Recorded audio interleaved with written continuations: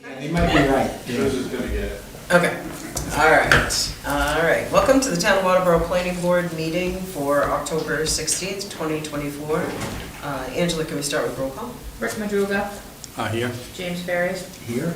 Rebecca Higgins. Here. Stacy Walker. Here. Diana Gray. Here. All right. Next, meeting, minutes of previous meetings, we have none. Next on the agenda is public hearing, we do not have one tonight. Old business, we also do not have that, so we'll move to new business. And Angela, I'll just flip these just to save Nick some time. So on the agenda first, we'll deal with amendment request to Waterboro Woodyard Subdivision Direct Construction LLC, Nick Sear. Hello. Hi, I'm Nick Sear. I own the Waterboro Woodlots, Do you know- Woodyards. Speak in the microphone, so we know we good. You can hear me? Can you hear him okay, Dave?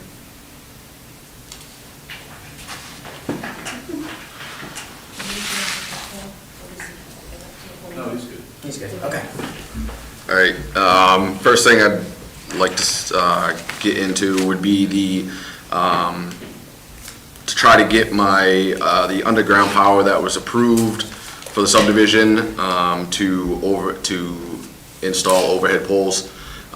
Reason for that is a lot of ledge and blasting would be needed to do the whole underground system that was designed in the plan. As you can tell with the actual grade, the grade profile, the road is kind of going to be natural grade that's there. Not a lot of excavation is going to be needed due to the ledge. So that would be my first thing to try to get amended. That's where I'd be with that. Okay. So I think, Kayla, you had, I'll read on this. I know we had from Mike that he had no issue with the change to the power. Looks like maybe you didn't, so with the assumption that we get new plans. Yeah. That show. So the only plans that would need to know is, does this plan have to be changed, or can I just get a plan from the telephone pole, like CMP, where they have to, they got to design the system, whether it's underground or overhead. So does it matter if these plans get changed, or if I can just give you the updated plan as far as the? I think These plans we have to be need, changed. yeah, so that way they can Okay. be recorded properly. Okay. But only the pages where that's Right, so shown. it'd be just the second page. Yeah. Okay. Because I think we talked about this, having ledge there when we approved it. We knew that there was ledge there. I remember her talking about the ledge. I don't think we weren't talking about power, but we Right, knew right, that there right. was ledge there. Yeah, I think it was discussed, maybe more for the road. Yes. Yeah. If the road, I could see if the road was coming down, Yeah. but it's literally right at natural grade. Yeah. And then to do the power, I'd be going down at least 3 feet to bottom of trench. Yeah. So, which is below subgrade of the road, to get to the bottom of the trench, and it's right there. The ledge is right there, so that'd be my first business. And it's for all of it, you're not doing a portion one and a portion. No, so, yeah, because the road's only 680 feet or whatever, so I'd just like to put the 3 poles in, I think, and string everything from there. Yeah, I think the next step is just updating those plans and we can Okay. review those and Yep. discuss the next steps with that. Okay. And then my second would be Lot 8 sprinkler system. I know the fire chief said that everything that goes with the, all the lots that go with the subdivision need sprinklers. I don't understand why Lot 8 wouldn't be considered a single buildable lot due to the distance from the subdivision road and the rest of the houses. You're talking it's probably almost 500 feet from where lot 8 house is to where lot 7 house would be. It's actually probably, that house is probably closer to the house that's across the street from Chadbourne than where lot 7 would be. Just trying to figure out, like, if we can consider that as a single buildable lot, or if it does have to go with the subdivision, even though, you know, everything was all approved as one subdivision. It just doesn't really make much sense to consider that part of the subdivision if it's not on the road. So, obviously, we can't remove it from the subdivision, correct? I mean, that was approved. No. Right, I think it would be a question of a waiver of that requirement for that lot, and whether the board would want to do that. And my question was just what fire response would look like without the sprinkler system being there, so if you could And talk- like I said, and Mike put in this thing that, you know, there's a mile down the road, there's a dry well. And then there's a small pond directly across the street, so I just don't, I understand the whole subdivision needing it. I just don't understand how it can fall. I can see the whole road needing it due to how close the houses are to it together. It's just, if we could consider that, you know, a single house lot where it could be, like you said, a waiver or whatever of not needing a sprinkler system.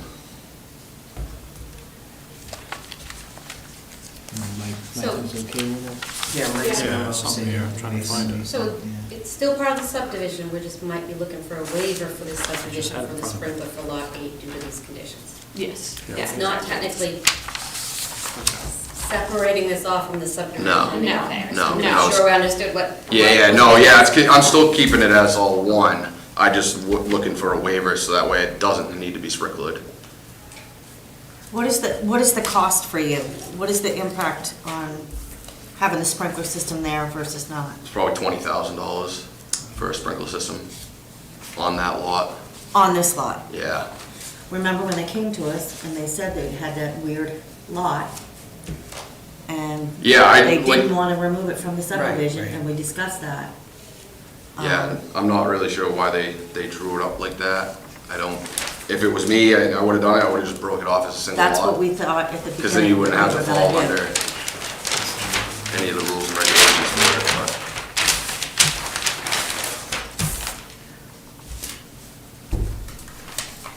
So Mike says he would like to treat it as a standalone residential lot.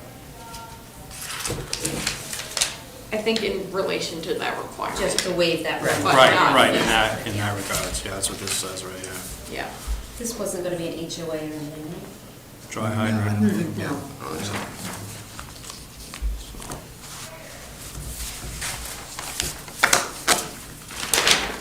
I think it's good. So would you, like along with that waiver, some form of documentation of what will be? I think it would be good to have, I mean, it could even be a very basic map, but just showing that dry hydrant and the small pond and the Yeah. distance between that and the lot. Right, okay. I think that would be helpful. I think we should have something documented as to why. Okay. You know, these are reasons why, if we're going to grant a waiver, then I think we should definitely have something documented.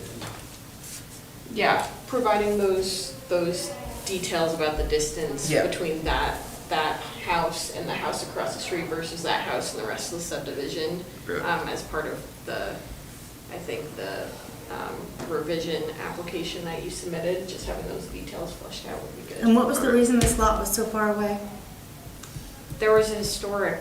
Yeah, I stuff think on the- Oh, Originally, this it is was where gonna the be- archaeology. Yeah. Yes, they Okay. found the old house. My only concern is if we do it for him, we need to make sure that the verbiage just states that this is why, and Absolutely. all of these steps are Yes. why, because the next subdivision that comes in, what's gonna stop them from moving something a little further, after we've gone through all the sprinkler requirements? That's just my opinion. Yeah, it's valid point.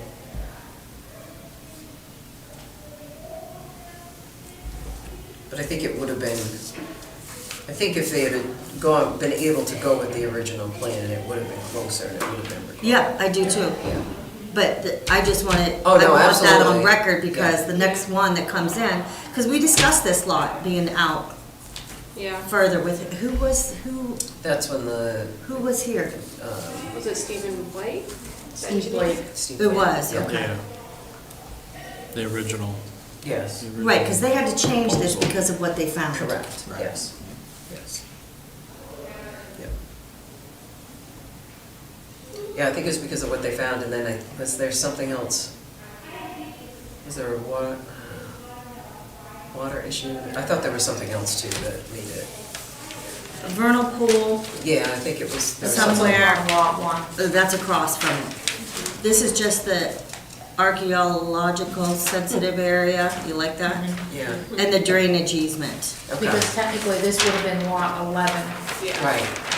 And there was And then- lot 10 right Yeah. next to it, so it Yeah. connected all Okay. together. So I'm all for saving them money on not doing that as long as, you know, we cover ourselves with the Right, subdivision. Yeah, absolutely. Yeah, details about, The hydrant proponent. yeah, the hydrant, proximity to that other house, I think would be helpful to prove. It's actually closer to houses outside of the subdivision versus those two.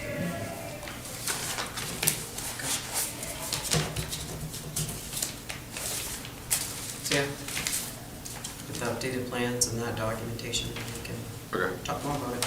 perfect. Sounds good. Anything else? Thank you. Good, thank you. All right. Next on the agenda. And I'll email you the waiver. Okay, perfect. Thank you guys. Thank you. Thank you. All right, next on the agenda was the AR zone amendment. First one listed is adding wild game to processing. This was due to somebody who would like to do wild game processing within the zone. And so upon further review, we realized that that was not kind of called out in the conditional use area. So we needed to add that, plus a definition of wild game. And then also, we noticed that in the whole processing area, irregardless, it didn't have any criteria as to the disposal of carcasses as well. So I noticed you made some changes, Michaela. It looks like you just kind of narrowed it down to say that it's a processing facility and not making it so specific, is that? Yes, in terms of the uses. Right. And then I added the definition, processing facilities related to farming or wild game, any structure, machine, device, or system, or combination thereof designed and operated for the purpose of making an animal feed or feed supplement from animal carcasses or parts, as defined by the Maine Department of Agriculture, Conservation, and Forestry, and meeting standards as established by the ACF. Yep. So, fairly simple approach. I also added a definition for wild game. So it says making of animal feed or feed supplement, and that's not animal feed supplement, that's people. Because he's butchering, he's bringing game in and, rendering it for the person who shot it, cutting it up for them. This says for the making of animal feed, which he's not doing, or feed supplement from animal carcasses or parts. Well, they did. Does that include the beef that he is cut, the butchering part for the meats, for the human consumption? That is a great question. When I read animal feed in their definition, I thought they were including meat People. from animal like, Right, Yes. because we know they you can feed make all some kinds of animals. supplemental from the carcasses, from Right. the bones, from the marrow, from the Right. skin. Doesn't mean. They're not giving that to the person to eat, I'm pretty sure. So I just wanna make sure this included, even when you're rendering or butchering cattle, you want that, it's not just for animal feed or feed supplements. so it might be that we don't want to use this exact DACF definition then? It sounds like it might be too narrow. Yeah. It does. Fits it. It's, Well, vague. animal feed is food given to domestic animals, especially livestock in the course of animal husbandry. Two basic types, fodder and forage, but what? Animal feed is for inputs. But he's feeding. Doesn't say anything Are we about- considered animals? Well, I was kind of looking to see In if this we were. instance? Purpose of Like if- making because it was feeding Did you have us kind of suggestions, thing? Stacy, on how you wanted to change it? Well, I wanted to know where, so you got this from the DACF. So I went online looking for the definition of processing on state of Maine websites, on all their hunting sites, all that stuff. I couldn't really narrow anything down other than around rabbits, and poultry. Yeah, as, I could not find a state of Maine definition for wild game in Okay. particular. They had like a section on rabbits, deer, bear, moose, but they didn't have Yeah. a section on, and all of these things are, Yeah, and I was starting to look up definitions, like, what does carcass mean? Does that mean that's the, after it's been skinned? Is that the remaining parts after it's butchered? Yeah. I mean, I know what I consider it, but I don't know. So with terminology, look for human consumption, how would we? yeah, we could add in, or animal products for human consumption and use, or to include, the furs for clothing or whatnot. Because that would apply for any of your livestock as well. Right, right. And then there's kind of the question of, do you want these definite, like, do you want or feel the need to,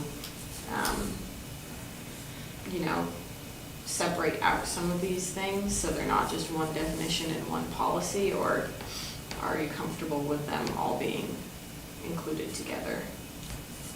You mean specific animals? Or just, That we have, the fact that we have Specific orchards verbiage. and, yeah, Meat livestock processing in the and- same definition. And poultry and, wild game versus Okay. farming Right. products. Gotcha.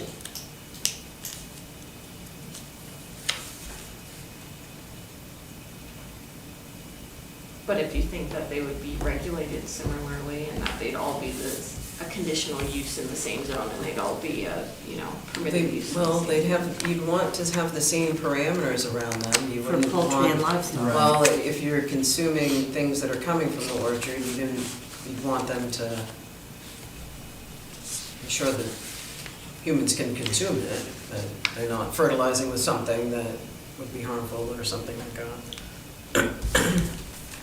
So if you just do a basic Google search on wild game processing definition, wild game processing is the process of breaking down a wild animal and preparing it for consumption. That's better than the state of Maine's, or The not the steps state of for- Maine's, the The steps for DACF. processing wild game depend on the desired final product, the shelf life of the product, and the dining experience. It goes into It's better than aging, cutting, keeping it I think- aging, cutting, grinding, packaging. I think this raises the question of scale, because people who are, with their hunting permit are doing this, that exact definition of Right, Right. wild game Yeah. processing. right, right. With the Right. deer that they get during. Well, it would be season. with the intent to, would it be with, Which, there's a limit, so if they do too many, then they have to be licensed. That's like the poultry and the rabbit, all that Right. livestock. If you, one is, no, you don't need license permits and all that to do your own. So is the issue that this is trying to solve is someone who has a license who doesn't think that they can use it in the zone that they're in? Like, to process? so I think how this was brought up is because the individual wants to have a business, correct? I'm surprised Yes. he's not Correct. here. He was gonna come tonight to answer Yeah. questions. So he is a registered Maine guide, but he also knows that there's a shortage in the area of butchers for wild game processing. Okay. He lives in a subdivision. In his subdivision, he's allowed to process cattle and other things, but it doesn't specifically say wild game. Okay, gotcha. He wanted to do the Connex boxes, design the Connex boxes as, cooler, butchering, packaging, and out the door it goes. Okay, so that would be He would be a fixed condition. by expanding the definition and then, Including wild game, that's what, Yeah, That's all they basically gotta do. it's yeah. the definition we have, but just include wild game and then whatever criteria you guys set for disposal of the carcasses. Right. There's one that just, in Alfred. We just picked up my brother's moose. They have a dumpster on site from Casella. And they go in, pick up, and the carcasses go out. He was already a taxidermist, they've just expanded to also include butchering. And his goes, Casella picks up his, whether it be weekly, bi-weekly, depending on the season, and out it goes.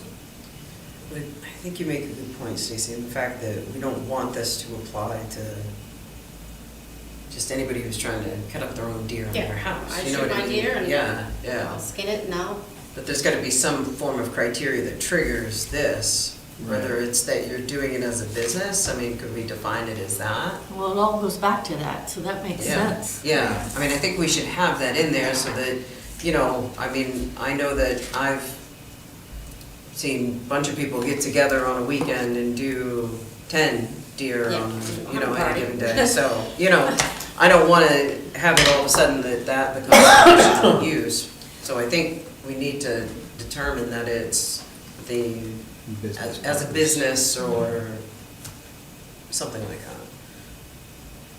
yeah, I think that would be a good approach. Because otherwise I worry about the scale. But then, but another consideration too is, do people want their neighbors to have a huge processing facility next to them? But they can process cattle, Right. Right. Well, currently the Alright. ordinance says. but not as a business. Not livestock, only poultry, so, Oh, Okay, so it's not cattle. yeah. So it would be a change. so would you have to, so is that going back to your scale point? But if it's for business I think it's purposes for only, business purposes, then then that it, covers. yeah, yeah. The other issue with deer is, I know someone who does this, and the tip population around his Yes. house has increased exponentially Mm. because of the deer checks. because So the waste. I can see the community Well, might the not number like of ticks that, come but off of the carcasses of these deers, it's Really? insane. Oh, actually, Good point. hmm. I feel like maybe there needs to be some more nuance. let's step with back and this. separate them. Yeah. I'm surprised none of the neighbors are here either. Or would they be notified? I don't know if we could give them a Well, they notice. would yes. when he applies for his conditional Oh, use right, permit, yeah. yeah. Yeah, I never thought about tips. Good point. So there would be a public hearing then before this could be approved? Correct, right, Yep. because every conditional use Typical gets on. process. Yeah, Okay. yep, yep. Yeah, we're just doing this, and then it's his responsibility to Oh, yeah. come then submit his conditional use permit, and then we go through the process for his specific request. Sure. And I would assume he would need a license to do this. And then he would have to check to make sure it was a wild game that was legally gotten. Yeah, they have to do that. Well, they have to Yeah, tag that's why them I and think then you'd bring have to them. I license. remember, Yeah, you'd Mike, have to follow all the regulations. yeah, Mike was saying there's a whole bunch of Yeah. state laws. Yeah, that- yeah, there is. And There's especially if he's a guy, then he's gonna follow the regulations, knows. 'cause he'd have a lot to lose if he. Yeah, because he if can't did tag that. them, they still have to go to the tagging station. Unless he becomes a tagging station. Right. Oh, that's not gonna be good. Processing's one thing, but having a tagging station in any of it's another. I don't think that's defined as to where you can and can't do Yeah, that, right? yeah. Do we, You just need to get licensed by the state to do it. Yeah. that's a Right, good question right. though, do you, is that that's a. But the state do may you have, open up that but- can of I mean, worms? but the state may have the stipulation on it. So the state's the one that has to give you a permit in order to Right. For be the a tagging tagging station. station. So there probably are some nuances in there. parameters, right. Yeah, some parameters. Can't be a residential Let's neighborhood. put it this way, you'd see more of them if it was that easy. That's a good point. Yeah. And my other question then is, do we want to change or be explicit about what kinds of processing facilities are in each of the zones that had already mentioned it, or are we gonna change it for all of them? I think there are 3 of the zones that have processing facilities as a conditional use. Or- Would it be good to have consistency across the different zones or not? Well, I'm assuming like Is shore, it you wouldn't want it in your residential? shoreline zone, you wouldn't want it in your wellhead protection. No. Wellhead protection. I think it's probably what, F and A, Yeah, F and A. A&R and, probably maybe general purpose. Mm. One moment. And you said he was gonna, what cubes? What are they? Connex boxes. What are Conex boxes? Yeah, shipping containers, Shipping those containers. giant So- metal. Yeah, AR. So are they bringing the deer dressed and bled, or is he hanging them for 3 days? and They'll go letting them- inside in the cooler. Yeah. He's gonna transpose into a cooler Okay. and butcher, so everything would be So it's gonna inside. be contained? Yes, so it's gonna be nothing's- contained inside. And then disposed of? Mhm.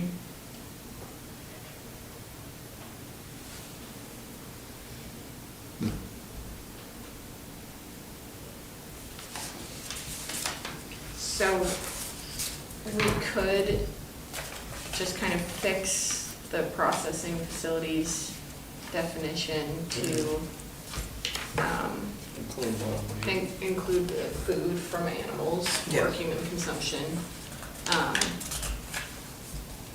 And then,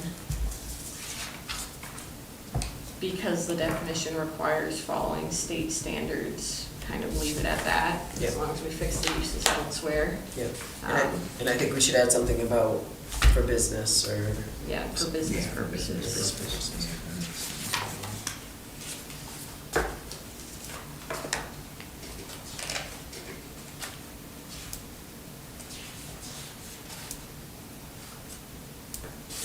Yeah, I think we can just add, commercially designed and Yeah, operated. okay, Should take care of okay. that. Okay.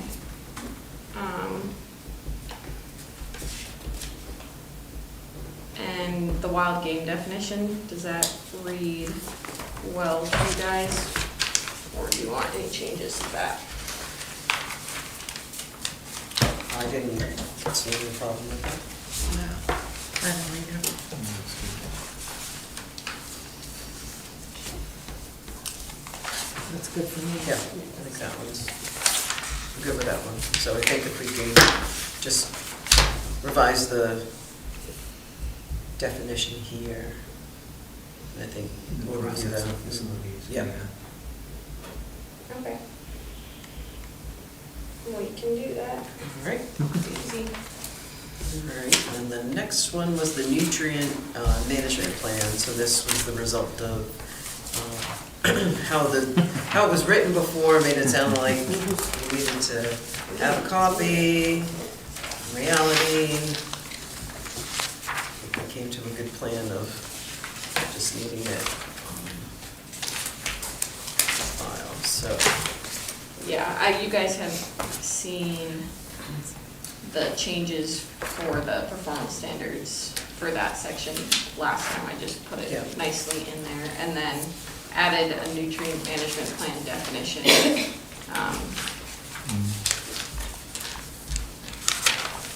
which is also defined by Maine Department of Ag. Yep. So where it says evidence of completed and approved state certified nutrient management plan must be provided for all activities within WHBD. Can we define WHBD and then define the acronym? We'll have protection. Or have we?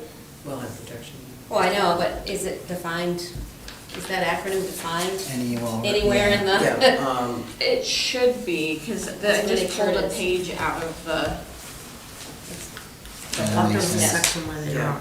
it's the wellhead, right here, wellhead protection long- district is a zone. It is just zone. And then can you do WHPD like the acronym, like you're defining an Sure. acronym oh, yes, Yeah. yeah. for proper grammar? No, it makes Sorry. sense. Then, No, yeah. no, spell it out, you might, yeah. Yep, we can absolutely do that. And that's in the definition section. Yeah. Define the acronym in the definition section, is that what you said? Well, proper grammar is you spell it out, you write the whole thing in the first time it appears in a document, and then put the acronym after it, and then you can still put it in there. So as long as it's defined before they actually read WHPD. Right. If you put it with the Yeah. definition, you've covered your. Yeah. I'm just thinking of plain language. No, that's great. I'm gonna see if it happens to be in there already or not. I mean, it could follow on page, it could be on 43, I don't know. Yeah.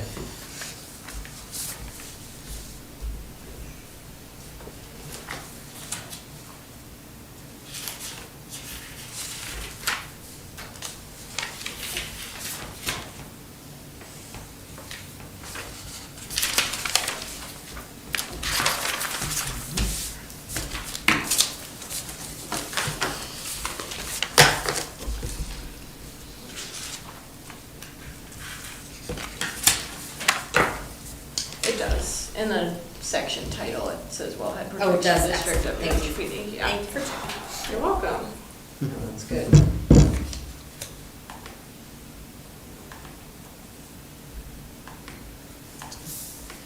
We good with this one? Since some of the changes with the definitions would be on the same page, that's why I kind of just did it together. Sure. Yeah, that's fine, I don't Yeah, have. no. We get that much, save us the paper. So if we're okay with that change, do we just vote and it's done? Is this No, I public think you hearing? guys still have to hold a public hearing. Yeah. Because it's a change to the zoning ordinance. So do we want to wait until we get the wild game kind of completed and then we can just have one public hearing Yeah. versus? I think voting on- so. Okay. Yeah. So we'll postpone the decision on the wellhead protection until we get the wild game all organized and then we can move on. We'll do one public hearing on both. Okay. And then that public hearing would be to recommend it to the select board. Okay. Do I need a motion to postpone it, Angela, or to hold it over? Just, Just noting it is fine? Yeah. Okay. Okay. Thanks for that. Yes, thank you. All right, next is communication. in front of you guys this evening, okay, we're giving a copy of all this neat stuff for you. Sorry, Matt had some information provided to him, by John Bell with regards to moorings, waterfront management, some dock permits, and et cetera for review, following your workshop. I don't know where that stood as of yet, but he asked that this be provided to you guys for your review.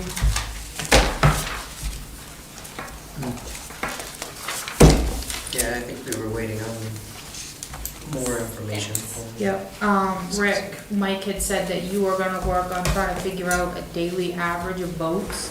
I said I could try, yeah, maybe next year, obviously. In front of you are the logs from the boat launch for Oh, this yeah? summer. I didn't know they had a lot. I don't know That's how organized, I got them from Hmm. next door who runs the courtesy boat checkers, so they may not be in date order, but that's for this summer. good. These are people that literally use the boat launch, looks Mhm. like. Huh, I didn't know they did that. It's a good starting point. Yeah.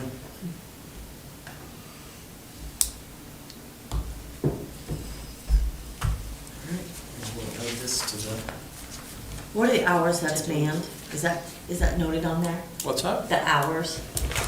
No, I've never seen one. That's I'll fine. pass it down. We can look at that later. I want The top, charts this and is a grids. law, speak over the top. Inspector's name, the shift time, 10 to, this says from 10 to 1800, so it must be 10 to 6. Yeah, yeah, it looks like 10 to 6. Some of them are blank, but this one says 5 to 12. 10 to 6. Most of them say 10 to 1800, so Okay. I'm guessing that's probably the average. There's one from 5 AM to 10 AM. Somebody was up early.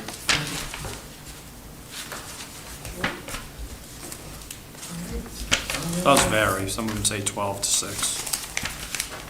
Oop.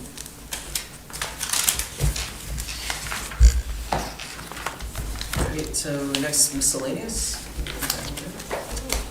This leaves us with adjournment. The motion to adjourn. I will motion to adjourn. Second. In favor? Alright, thank you.